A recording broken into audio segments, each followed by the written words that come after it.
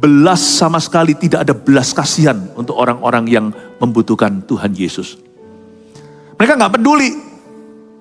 Orang Farisi, ahli Taurat itu pokoknya mereka dapatkan yang mereka mau, udah selesai. Tuhan gak ada urusan. Yesus gak perlu kuurus. Pokoknya feelingku good. Yang penting aku happy. Ya, yang penting aku sukses. Orang Farisi, ahli Taurat hanya cari keberhasilannya sendiri. Pokoknya aku punya banyak teman. Nilaiku oke. Keluargaku baik-baik. Uang punya. Mereka gak mikirkan Tuhan itu datang ke bumi untuk apa.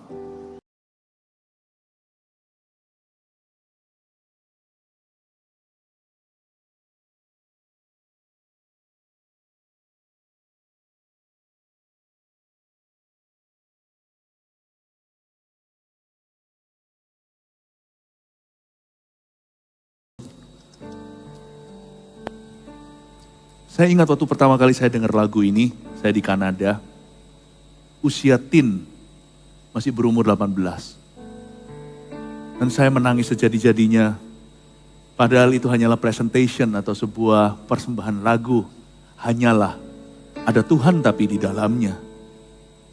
Dan hari itu lahirlah sebuah visi di hati saya, bahwa hidupku adalah untuk memenangkan jiwa-jiwa. Ku persembahkan masa mudaku untuk kebangunan rohani saja. Aku percayakan semua yang lain pada Tuhan. Jodoh, lulus nanti, orang tua segalanya. Semua pasti akan indah pada waktunya. Tapi keputusanku, hidupku adalah untuk melayanimu Tuhan. Anak umur 18 tahun, memberanikan diri waktu itu saya sampai membuang semua beasiswa saya. Untuk sekolah di sekolah sekuler, saya masuk ke sekolah Alkitab atau teologi untuk menjadi pendeta. Yang pertama dalam keluarga kami. Dan yang pertama jikalau bukan salah satu yang pertama, di dalam gereja kita yang kecil itu, gereja Indonesia di luar negeri. Jumlah paling cuma 50, gak sampai 100 orang. Tapi saya beranikan diri, gak punya patron siapa-siapa, gak ada kakak rohani yang bisa dipandang. Saya berkata, ini aku, utuslah aku.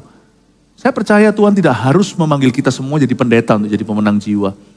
Tapi visi itu harus lahir di hati kita. Saya mau menyampaikan satu firman Tuhan. Hari ini, weekend ini, saya akan khotbah 7 kali. Ini adalah kebaktian perdana akhir pekan ini. Mari kita buka sama-sama di Lukas pasal 15. Beri judul perumpamaan domba yang hilang. Lukas 15 ayat 1 sampai ayat yang ke-7 saya bacakan dulu ya. Perumpamaan tentang domba yang hilang. Para pemungut cukai dan orang-orang berdosa biasanya datang kepada Yesus untuk mendengarkan dia. Maka bersungut-sungutlah orang-orang Farisi dan ahli-ahli Taurat. Katanya, ia menerima orang-orang berdosa dan makan bersama-sama dengan mereka. Lalu ia mengatakan perumpamaan ini kepada mereka.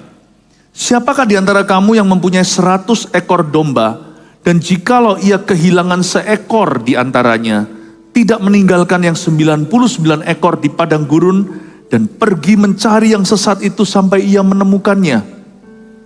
Dan kalau ia telah menemukannya, ia meletakkannya di atas bahunya dengan gembira, dan setibanya di rumah, ia memanggil sahabat-sahabat dan tetangga-tetangganya, serta berkata kepada mereka, bersukacitalah bersama-sama dengan aku, sebab dombaku yang hilang itu telah kutemukan. Aku berkata kepadamu, demikian juga akan ada sukacita di sorga karena satu orang berdosa yang bertobat, lebih daripada sukacita karena 99 orang benar yang tidak memerlukan pertobatan. Katakan amin untuk firman Tuhan ini. Coba bilang amin. Puji Tuhan. Perumpamaan domba yang hilang. Yesus dikonfrontasi oleh orang Farisi. Gara-gara Yesus makan sama orang berdosa. Para pemungut cukai dan orang-orang berdosa biasanya datang kepada Yesus untuk mendengarkan dia. Kali ini bukan makan-makan. Ayat pertama mereka datang mendengarkan Tuhan. They come to church. There was no church, tidak ada gereja waktu itu. Yang ada hanyalah kehadiran Tuhan. Jesus Christ our Lord. Maka orang-orang berdosa yang paling ditakuti di masyarakat, si pemungut cukai atau tukang pajak, Ini zaman itu mereka suka peras setiap orang. Wah, gak ada orang mau berteman sama mereka. Soalnya berteman dikit nanti dikirim bilnya. Para pemungut cukai ini yang dijauhi, mereka pada semuanya tertarik datang ke Yesus. Dan orang-orang berdosa, namakanlah profesi mereka macam-macam. Ada yang pelacur, ada yang preman. Orang-orang yang sudah nggak bisa dilihatlah. Mereka itu punya profil itu kurang bagus. Orang-orang berdosa ini sudah, sebagian di antara mereka itu sudah menjadi cibiran masyarakat. Lu tahu nggak sih itu istrinya berapa? Tahu orang muda itu, temanku tuh, teman sekolah itu anak haram dia. Para pemungut cukai dan orang berdosa itu biasanya datang pada Yesus untuk mendengarkan dia. Maka bersungut-sungutlah orang Farisi dan ahli Taurat. Kok bisa ya? Coba lupakan konotasi Farisi dulu. Sebenarnya orang Farisi itu bagus, mereka itu klub agama. Orang-orang Farisi ini mereka yang menyelidiki Alkitab atau Taurat, makanya di antara mereka adalah ahli-ahli Taurat, ahli-ahli teologi ya. Tapi mereka bukannya melihat begitu terbeban, bantu Yesus kayak minimal kalau nggak bisa nginjili sendiri, siapkan fasilitas. Kan bisa seperti Marta, ya kan? Dia siapkan makanan, hidangan, meja, taplaknya. Enggak, mereka malah menegur Yesus. Bersungut-sungutlah itu ngomel-ngomel. Orang-orang Farisi dan ahli Taurat katanya, ia menerima orang-orang berdosa dan makan bersama-sama dengan mereka. Belas sama sekali tidak ada belas kasihan untuk orang-orang yang membutuhkan Tuhan Yesus. Mereka gak peduli. Orang Farisi, ahli Taurat itu pokoknya mereka dapatkan yang mereka mau, udah selesai. Tuhan gak ada urusan. Yesus gak perlu kuurus. Pokoknya feelingku good. Yang penting aku happy. Ya, yang penting aku sukses. Orang Farisi ahli Taurat hanya cari keberhasilannya sendiri. Pokoknya aku punya banyak teman. Nilaiku oke. Keluargaku baik-baik. Uang punya.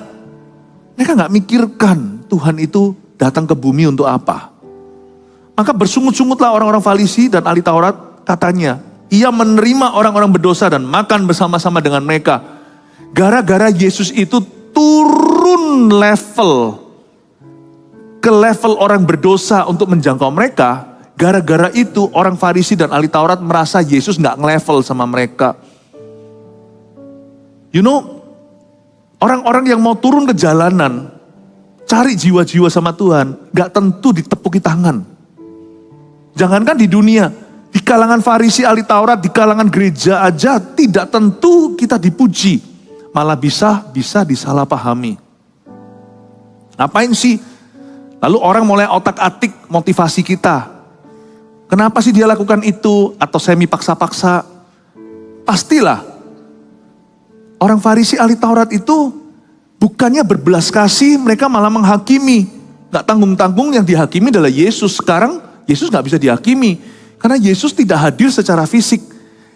Yang paling gampang untuk dihakimi adalah orang-orang yang mau meniru Yesus. Kenapa? Karena sasaran empuk adalah mereka yang kelihatan. Tuhan kan gak kelihatan. Tapi zaman itu Yesus hadir secara badani. Wah, Yesus dihakimi sama orang-orang Farisi. Katanya dia nerima orang-orang berdosa. Turun level dia. We look down on you Jesus Christ. Yesus Kristus, kami tidak respect sama kamu. Harusnya kamu kan naik pangkat sama orang-orang Farisi ahli Taurat. Harusnya kan kamu itu bisa bicara sama kita lah, berdebat secara teologi atau apa. Malahan ngobrol-ngobrol sama orang berdosa. Mereka itu bukan kaum ningrat. Kita loh, kita ini pengetahuannya banyak. Orang Farisi juga banyak yang kaya. Demikian pula ahli-ahli Taurat. Tetapi Yesus makan sama orang berdosa. Salah satu nanti yang saya bahas, di akhir 7 kali khotbah akhir pekan ini adalah pertobatan Sakeus, nanti ibadah esok hari Minggu, kebaktian terakhir. Sakius orang pendek itu, Tuhan Yesus jangkau dia. Coba perhatikan ini ya. Yesus di look down gara-gara dia menjangkau manusia. Lalu ia mengatakan perumpamaan ini kepada mereka. Yesus gak tegur mereka, gigi ganti gigi, mata ganti mata. Yesus gak sikat mereka. Tapi Yesus memberikan sebuah perumpamaan. Di dalam perumpamaan ini terletak hati Bapa. Saya rindu lewat firman yang saya bagikan. Lihat semua tatanan ibadah rundown hari ini, kita menangkap isi hati Tuhan terdalam. Bahwa demi jiwa-jiwa yang terhilang, gereja kita ini berdiri. Demi domba-domba yang terhilang, AOG itu ada. Bahkan kata Army of God itu pertama kali kita pakai konferensi tahun 2010 di Juanda, Surabaya.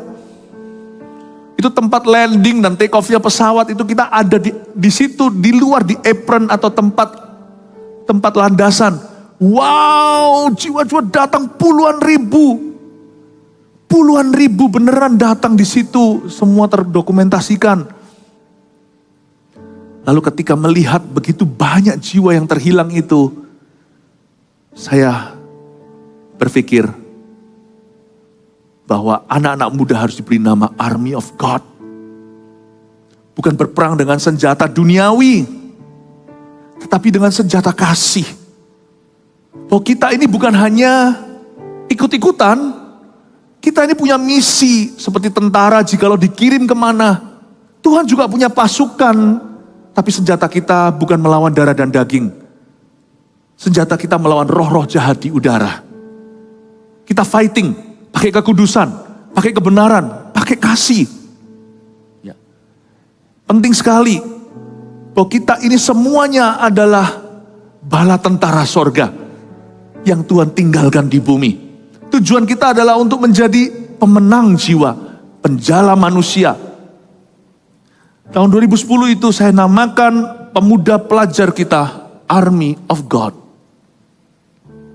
Dengan tujuan agar kita ingat bahwa ini bukan klub atau perkumpulan. Karena orang Farisi dan Taurat tidak ingat mengapa mereka mengenal firman Tuhan. Dan hari itu Yesus memberi mereka perumpamaan. Mari kita baca perumpamaan itu ayat 4. Siapakah di antara kamu yang mempunyai 100 ekor domba, dan jikalau ia kehilangan seekor di antaranya, tidak meninggalkan yang 99 ekor di padang gurun, dan pergi mencari yang sesat itu sampai ia menemukannya. Ada berapa ekor domba di sini?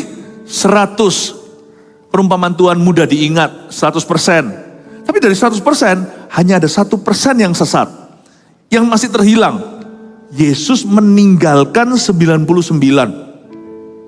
Jangan kaget ya, kadang-kadang kita kira Tuhan ada di gereja kita, kalau hati kita gak nangkep hati Allah. Jangan-jangan kita menyembah namanya, tapi orangnya gak di sana. Paham maksud saya? Kalau kita gak bisa pergi bersama dengan Yesus di hati dulu, hati kita sama Yesus punya hati gak ketemu. Jangan kaget, seolah-olah kita ibadah namun memungkiri kekuatannya. Kita seolah-olah sepertinya kita sedang memuji namanya, tapi orang Kristen yang hanya memuji namanya tanpa menangkap hatinya, orang itu hanya memuji nama Tuhan, tapi Tuhannya tidak di sana, pribadinya tidak hadir di situ. Karena Tuhan ada di luar sana, mencari yang satu itu. Kecuali kita punya hati nangkep itu, ikut pergi, meskipun fisik kita di gereja, kalau hati kita menyatu dengan hati Bapa. Makanya itu gak heran waktu kita dalam gereja mendengarkan presentasi lagu tadi. Saya waktu masih seorang teenager atau masih seorang remaja mendengar itu, saya nangis. Badan saya di gereja, hati saya sudah Tuhan bawa ke misi lewat lagu tadi. Dan saya rasakan hadirat Allah. Sampai saya menangis kuyup begitu. Gak pernah loh saya nangis demikian. Di tahun-tahun awal itu, saya bisa nangis itu sesuatu yang mengejutkan. Orang-orang yang kenal saya tahu saya ini hatinya keras. Waktu hati saya dibawa Tuhan ke misi, padahal badan saya di gereja, saya merasakan hadirat Allah di dalam gereja. Because when you worship His name and you understand His heart, waktu kita menyembah namanya dan memahami hatinya, menangkap isi hati Tuhan, kita rasakan hadiratnya, pribadinya ada di situ. His presence is there. In order supaya 99 domba itu bisa bersama dengan Tuhan, mereka mesti pergi sama Tuhan. Karena Tuhan tidak ada di situ, Tuhan gak stay. Tuhan jalan, cari yang satu. Jangan berkata, "Loh, mana Tuhan?" Kalau mau sama Tuhan, jangan suruh Tuhan mengikutmu. Engkau yang mengikuti dia. Kalau kita mau tetap bersama dengan Tuhan dan dekat sama Tuhan, then we must go. The 99 sheep, 99 domba itu harus ngikut Yesus. Nah, maka gak jauh.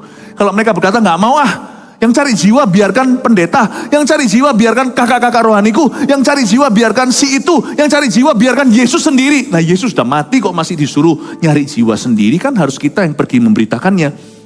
Ya udah, biar Yesus sendiri. Kalau kita ngomong begitu, Yesus meninggalkan 99. Yesus pergi cari yang satu.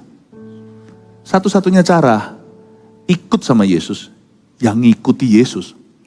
Dan Yesus gak ada di dalam zona nyaman. Yesus itu meninggalkan yang 99. Dia pergi ke yang satu itu. Kalau 99 mau tetap sama Yesus, ngikut pergi cari yang satu itu. Paham maksud saya? Nangkep ya? Tak ajak mikir sedikit. Ya, amin?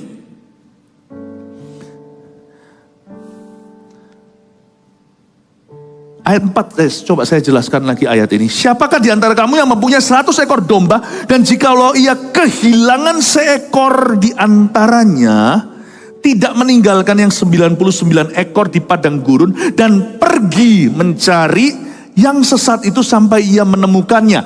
Ayat 4 ada dua kata dalam bahasa Indonesia beda, tapi dalam akar kata bahasa Yunaninya sama. Yang satu adalah kata kehilangan. Coba katakan kehilangan. Jikalau ia kehilangan seekor di antaranya, tidak meninggalkan yang 99 ekor di padang gurun. Kata kehilangan itu digarisbawahi, dalam bahasa Inggrisnya lost. Ya, if he loses atau ya. Lalu kata berikutnya di padang gurun itu dan pergi mencari yang sesat itu sampai ia menemukannya. Kata berikutnya adalah sesat. Kata kehilangan dan sesat itu ternyata satu bahasa Yunani yang sama. Kitab Perjanjian Baru itu ditulis dalam bahasa Yunani. Kitab Perjanjian Lama ditulis dalam bahasa Ibrani atau bahasa Israel. Nah, akar kata atau kata yang dipakai oleh Lukas, Dr. Lukas waktu menulis biografi Yesus ini, di Lukas 15 kata kehilangan satu domba dengan satu domba yang sesat. Kata kehilangan dan sesat adalah satu kata yang sama dalam bahasa Yunani. Which means more than just being lost, you see. Kehilangan itu kayak, mana ya kunciku? Hilang. Hilang aja sih, tapi kita tahu kunci itu ada. Itu bukan hilang ini. Ya domba yang sesat misalnya, kita itu pergi ke satu jalan, lalu habis itu kita tersesat. Nggak tahu jalan, aduh mestinya tadi belok kiri, saya belok kanan. Nggak apa-apa, kita masih bisa reroute lagi, reroute. Kita masih bisa belok kiri nanti, kita muter lagi ketemu jalan yang kita cari. Kan kita nggak mati. Itu bukan sesat yang ini. Kata kehilangan satu dan satu domba yang sesat, itu bukan cuma lost atau hilang atau tersesat, tapi totally destroyed. Dihancurkan total. Disitulah keluar kata perish. P-E-R-I-S-H bahasa Inggrisnya. Yang artinya adalah binasa. Ternyata bukan hilang kunci, tersesat jalan, nanti cari lagi. No, it's destruction. It's damnation. Eternal damnation. Hukuman kekal. Persis seperti kata-kata, karena begitu besar kasih Allah kepada dunia, ia mengaruniakan anaknya yang tunggal supaya barang siapa percaya kepadanya tidak binasa. Yohanes 3:16. Kata sesat di sini itu binasa. Kata kehilangan atau hilang satu domba, itu bukan dombanya hilang, dombanya dibunuh. Itu nggak cuman hilang, nggak cuman tersesat, ups salah jalan, tapi domba itu dicengkram oleh binatang buas. Itulah belenggu dosa dan maut. Waktu saya baca ini saya mengerti. Domba hilang nanti kan bisa cari sendiri. Nggak bisa, kalau domba hilang bisa. Apalagi anjing ya, anjing itu penciumannya tajam. Ya, Jadi kalau ada cerita-cerita kalau anjing itu hilang, jauh berpuluh-puluh ratusan kilometer bahkan itu bisa cari kembali jalan ke rumah majikan. Ya karena anjing itu kan gak diapa-apain. Kalau domba ini ditargetkan sama serigala. Tidak ada orang bisa melepaskan diri dari setan dari dirinya sendiri. Harus ada peperangan rohani terjadi untuk jiwa mereka. Harus ada orang yang peduli dan melihat that people need the Lord. Harus ada yang nganggap visi dulu. Yes Lord, tell me to go and I will go with you and for you. Harus ada yang nangkep visi dulu. Kita gak bisa masuk ke satu kota dan merampas seluruh isi kota itu. Kita harus terlebih dahulu menghadapi orang kuat sehingga dia terikat. Sehingga apa yang kau ikat itu dengan otoritas Tuhan akan terikat di sorga. Apa yang kau lepaskan di bumi akan terlepas di sorga. Harus ada orang yang lebih kuat. Imannya melawan orang kuat yang merupakan roh-roh jahat. Untuk mengalahkan mereka baru kita bisa menjarah isi rumahnya. Your parents will not just like that. Turn to Christ. Kalau orang tuamu belum terima Yesus, mereka gak akan gitu aja iseng, gampang terima Tuhan. Gak mungkin. Karena seluruh neraka akan menghalanginya. Dibutuhkan orang lebih kuat. More powerful man, it's the body of Christ. More powerful man itu adalah kita. Kata kehilangan di sini. Itulah sebabnya kita harus proaktif ya kan. Kalau kita baca tadi itu, ayat 4 lagi coba. Siapakah di antara kamu yang mempunyai 100 ekor domba dan jikalau ia kehilangan seekor di antaranya, tidak meninggalkan yang 99 ekor di padang gurun dan pergi mencari. Katakan pergi mencari. Yang keras ngomongnya, pergi mencari. Ya, pergi mencari yang sesat itu sampai ia menemukannya. Katakan lagi, pergi mencari. Ya. Memang kita harus proaktif. Yesus tidak tinggal diam. Dia yang bisa menciptakan semua dari yang gak ada jadi ada cuman dengan mengucapkan satu kata. Dia pergi mencari loh. Bayangin, kalau ciptakan dunia, Tuhan tinggal main perintah. Jadilah, jadilah, jadilah. Mari. Tapi waktu mencari kita, Tuhan pergi mencari. Saya pikirkan gimana saya itu terima Tuhan 30 tahun yang lalu. It was by God's grace, but by much effort too. Karena kasih karunia, tapi juga karena usaha orang. Orang-orang di sekeliling saya, mula-mula adalah mama saya sendiri. Tapi kemudian juga kakak-kakak rohani saya.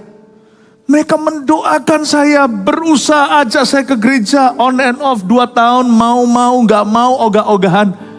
Akhirnya saya ditangkap Tuhan.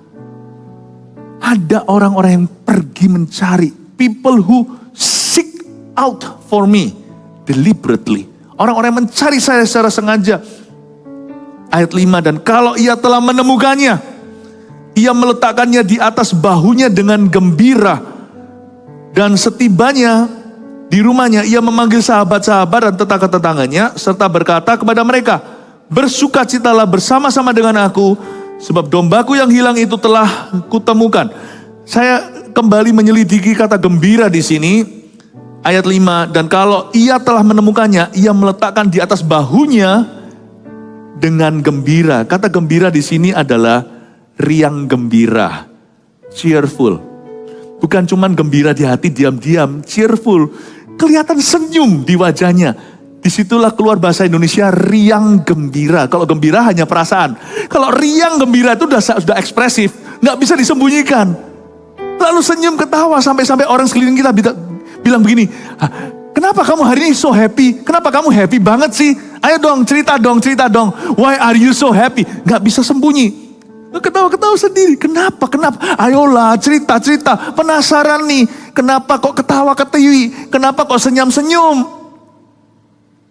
Tuhan menggambarkan dirinya kalau ketemu domba itu riang gembira. Seperti anak kecil yang lompat-lompat gitu. Tuhan gambarkan dirinya dengan sebuah ilustrasi yang sangat kekanak-kanaan. that raw joy.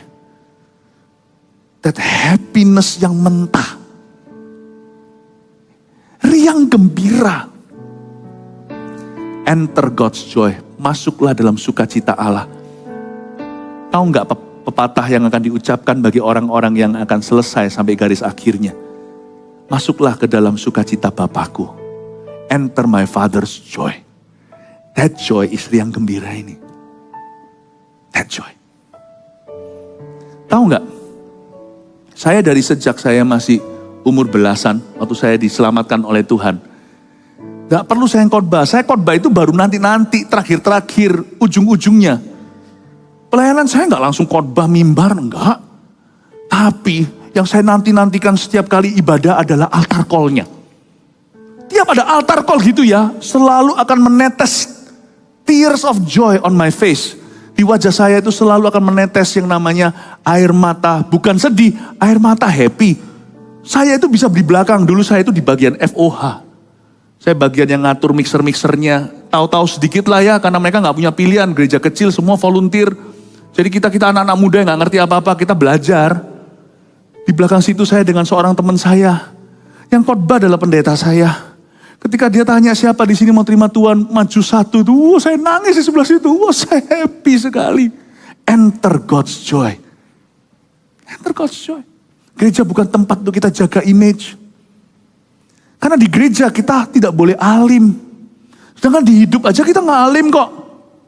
Misalnya kalau kita mau pergi kemana kita berkata, yeay senang kita lihat basketball, tim basketball kesayangan kita. Misalnya sekolah kita punya tim soccer atau apa. Wow, yeah, kayak begitu. Tapi di gereja kita tidak boleh alim. Karena joy, sukacita, riang gembira dunia itu untuk perkara semu. So what kalau semua tim kesayangannya menang? So what kalau Manchester United menang? Atau Liverpool? Will they post your pictures in their locker room? Kalau kita memang punya tim kesayangan ya bolehlah kita hobi. Tetapi itu semuanya lah perkara-perkara sementara. Kalau kita dapat uang, kalau tiba-tiba kita punya WA, kita punya chatting dibalas sama orang yang kita harap-harapkan, kepadanya kita jatuh cinta. Wah, akhirnya dijawab. Dijawab chattingku. Halo, selama 1 tahun dicuekkan. Haloku bersambung dengan hello dari sebelah situ. Woohoo! But in church we are quiet. Maybe because we do not know what joy is. Joy itu bukan dari luar. Sukacita itu datang dari mengerti hati Tuhan. Wah, kalau saya melihat orang-orang itu bertobat. Zaman dulu yang saya paling suka adalah waktu saya sekolah. Waktu tinggal di Kanada. Suatu hari gereja membuat keputusan. Setiap minggu akan altar call jiwa baru. Itu kayak pesta bagi saya. Padahal saya punya pelayanan itu di belakang layar. Saya lihat semuanya itu so happy gitu. Peduli amat gue yang khotbah atau bukan. Peduli amat itu CG ku atau CG orang lain. It is my Father's joy. His joy is my joy. Sukacitanya adalah sukacitaku. Seperti ada lagu yang berkata, buat hatiku menangis untuk apa yang membuat hatimu menangis. Buatku tertawa untuk apa yang membuatmu tertawa. Saya mengerti, it's my Father's joy. It's my Savior's joy. Dan kalau ia telah menemukannya, ia meletakkannya di atas bahunya dengan cheerful atau riang gembira dengan gembira. Dan setibanya di rumah, ia memanggil sahabat-sahabat dan tetangga-tetangganya serta berkata kepada mereka, bersukacitalah bersama-sama dengan aku. Stop. Tahu nggak kata bersukacitalah bersama-sama dengan aku di sini itu? Tuhan itu mengundang kita masuk dalam sukacita yang sama. Gak hanya Tuhan yang bergembira, Tuhan berkata, because I'm so happy, I want to bless everybody. Oh, kalau Papa senang, anything can happen. Carilah dahulu kerajaan sorga dan kebenarannya, maka segala sesuatu akan ditambahkan. Kata segala sesuatu ditambahkan itulah bersukacitalah sama aku. Bergembiralah bersama dengan saya. Sebab dombaku yang hilang itu telah kutemukan. Aku berkata kepadamu, demikian juga akan ada sukacita di sorga karena satu orang berdosa yang bertobat. Lebih daripada sukacita karena 99 orang benar yang tidak memerlukan pertobatan. Jadi di sorga ada sukacita yang lebih besar gara-gara satu orang bertobat daripada 99 yang hanya kumpul-kumpul saja. Saya kasih 3 poin untuk kita bawa pulang ke rumah dan bawa pulang ke CG-CG kita, apalagi mempersiapkan untuk CG Fun bulan September ini. 1, tulis ya. Perumpamaan domba yang hilang. Pertama, kita harus memiliki belas kasihan bagi yang terhilang. Kita harus memiliki belas kasihan bagi yang terhilang. Katakan dengan keras, belas kasihan. Bahasa Inggrisnya itu compassion. Kenapa ada orang Kristen gak bergairah lagi kekristenannya? Bukan karena dia kurang baca Alkitab. Bukan karena dia kurang ibadah. Bukan. Tapi kemungkinan karena dia memang tidak punya beban bagi yang terhilang. Lama-lama dia pun akan terhilang hatinya. Terhilang di rumah Tuhan. Compassion itu belas kasihan. Dari situ keluar kata passion. Passion itu bagian dari compassion. Kita mau bergairah dalam hidup ini, belajar berbelas kasihan. Ya. Tidak ada orang bisa bergairah imannya kalau dia tidak belajar untuk berbelas kasih kepada jiwa-jiwa. Kita harus memiliki belas kasihan bagi yang terhilang. Tadi kita sudah belajar ya. Kata terhilang atau lost di sini, sesat atau kehilangan tadi bukan cuma hilang atau tersesat. Ternyata jauh lebih serius. Ternyata totally destroyed. Totally destroyed. Fully perishing atau binasa total. Jadi kita ngerti sekarang kenapa keselamatan itu sangat berharga. Kedua, bukankah tadi dikatakan pergilah mencari kan? Pergi mencari yang sesat itu sampai ia menemukannya. Ini benar-benar sampai ketemu loh. 2, kita harus proaktif dalam menyelamatkan yang terhilang. Dari kata pergi mencari, kita diajari untuk proaktif ambil inisiatif untuk menyelamatkan mereka yang masih terhilang. Ketiga, kita harus bersukacita atas pertobatan orang yang terhilang. Kita mesti bersukacita. Latih dirimu itu. Dulu yang membuat saya happy apa kalau saya pikir-pikir ya. Kalau saya dapat apa yang saya mau. Tapi ku telah mati dan tinggalkan cara hidupku yang lama. Yang kuwarisi dari nenek moyang dalam kefanaan. Tapi Tuhan telah membeli iman yang kumiliki sekarang ini dengan harga yang mahal, yaitu dengan darahnya yang suci. Bukan dengan emas, perak, dan permata.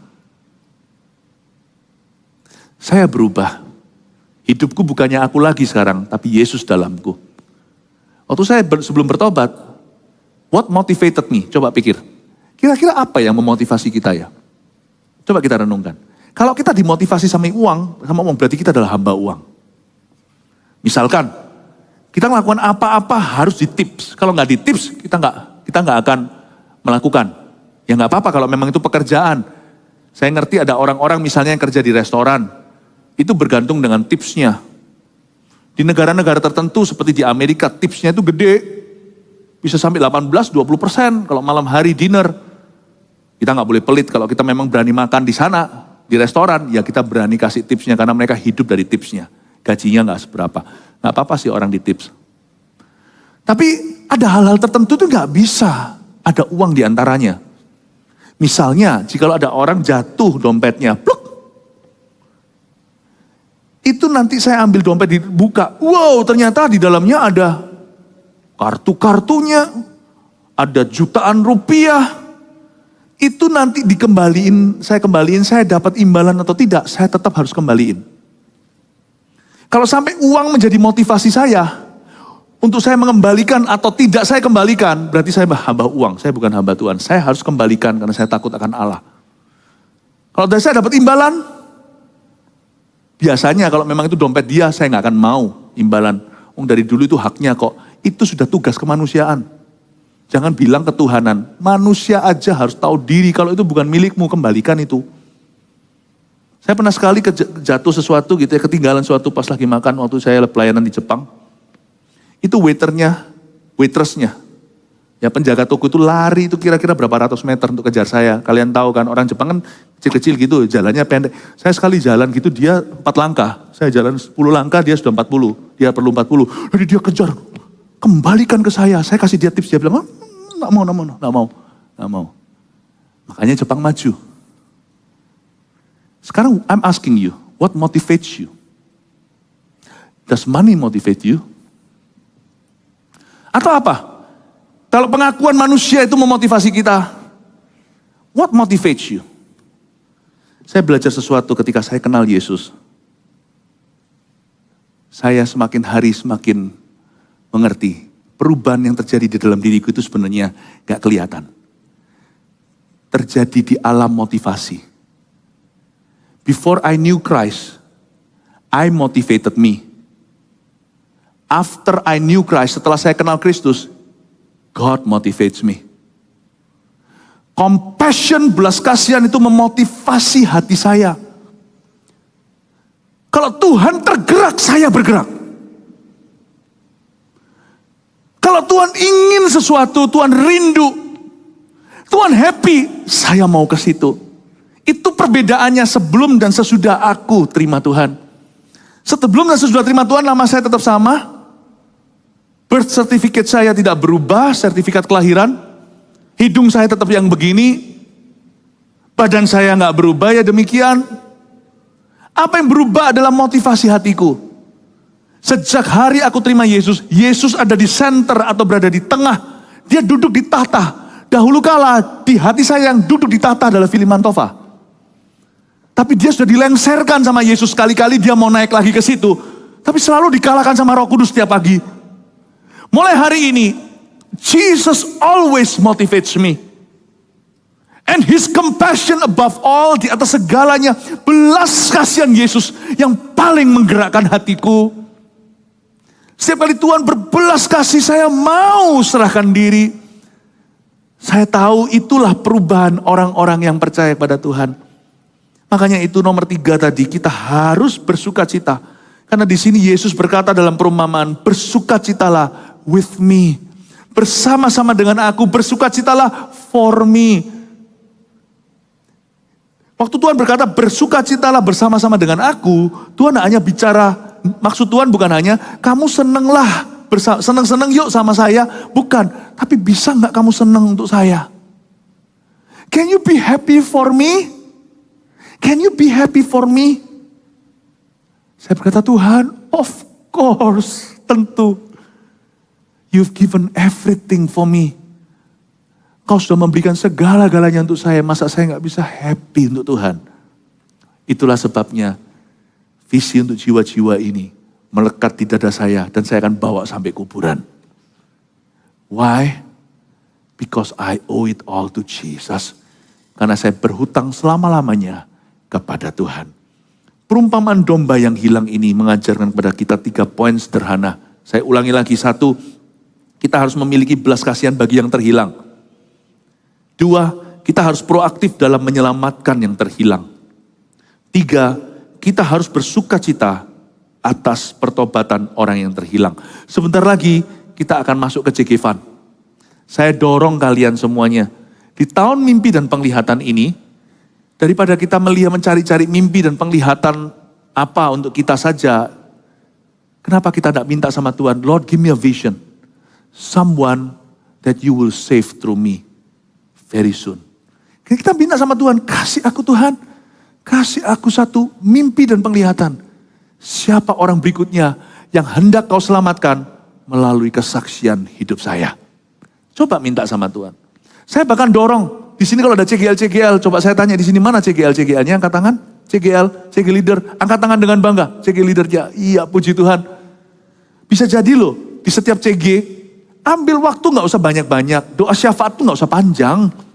Mulai dengan pendek dulu. Misalkan ambil waktu 5 menit aja. Giliran masing-masing sebut sekolahnya. Tuhan, selamatkan sekolahku. Tuhan, selamatkan, sebut nama sekolahnya. 5 menit doang. Tapi mengingatkan kita untuk kita sembahyang dan doakan orang-orang di sekeliling kita yang kita temui setiap hari. Every day they pass me by, I can see it in their eyes. Tiap hari mereka selalu lalu lalang di dekat saya. Aku bisa melihat di mata mereka. People need the Lord. Mereka perlukan. Amin. Minta sama Tuhan. Vision for one soul. Lord Jesus, give me that vision. CG yang dulu saya terlibat di dalamnya waktu di Kanada nggak se high tech ini, nggak ada pelaporan, sistem pelaporannya, sistem supervisinya atas bawah itu teratur luar biasa. CG dulu itu lebih berkembang liar, karena waktu itu memang kita nggak punya sistemnya di gereja. Saya bukan gembala sidang, saya volunteer. Saya masih ingat saya pegang CG pertama yang saya bukan nggak ada angkanya karena jemaat. CG-nya cuma paling totalnya berapa? Total 5. Satu gereja.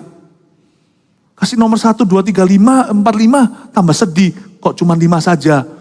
Jadi masing-masing kami dikasih kesempatan untuk untuk memberi nama pada CG-nya. Gak usah ikut-ikut ya. Tapi CG saya dulu itu tak kasih nama Pizza Para Rasul. Kenapa? Karena kita anak-anak muda. Setelah selesai semua datang dari jauh. Habis itu beli aja microwave pizza. Lalu dimasukin tiap kali CG selalu makan microwave pizza. Dan habis CG selalu sudah dikasih materi kan sama gembala. Ini, bahas ini. Jadi kita bahas sesuai dengan itu. Tetapi waktu kita pembahasan bebas setelah makan-makan, waktu lagi makan-makan. Kita sering bahas karena saya sangat passionate tentang revival kebangunan rohani, saya selalu bahas tentang kisah para rasul. Makanya digabung, makanya pizza pembahasannya selalu kisah para rasul. Jadi akhirnya Pizza Para Rasul. Saya selalu doa tiap Rabu. CG-nya itu Jumat. Tiap Rabu saya doa. Saya ambil waktu 1 jam, bukan saat teduh, tapi saat teduh ekstra. Karena saya pemimpin, saya ini logika saya. Kalau saya pemimpin berarti saya harus berdoa lebih daripada orang yang saya pimpin. Gak perlu saya doa melulu. Saya juga sekolah. Tapi saya mesti harus ada doa ekstra. Karena saya leadernya. Kalau enggak jangan jadi leader. Saya leadernya saya harus masuk lebih dalam. Saya harus masuk dulu.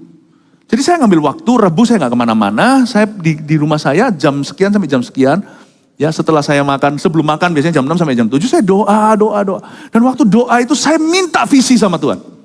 Saya nggak ngerti penglihatan, mimpi apa. Saya cuma berkata, Tuhan kasih aku visi. 1 orang Jumat ini, siapa yang bisa kuselamatkan? Padahal bukan saya yang menyelamatkan. Selalu ada, tiap minggu itu Tuhan sebut 1. Lalu saya ajak 2-3 orang, beberapa yang di sini namanya sponsor kan. Saya ajak untuk kita dukungan, menjadi prayer partners with me. Gak pernah gagal loh. Every week, satu-satu bertobat. Satu-satu terima Tuhan. Si ini, kokonya ini, setiap Jumat. Sebagian hari ini sudah ikut sama saya di Gereja Mawar Sharon karena sudah lulus. Termasuk salah satunya saya buka kartu. Yang pemimpin pujian di sini, di kebaktian umum, namanya Elmi. Itu juga saya bawa ke Tuhan, itu ditargetkan.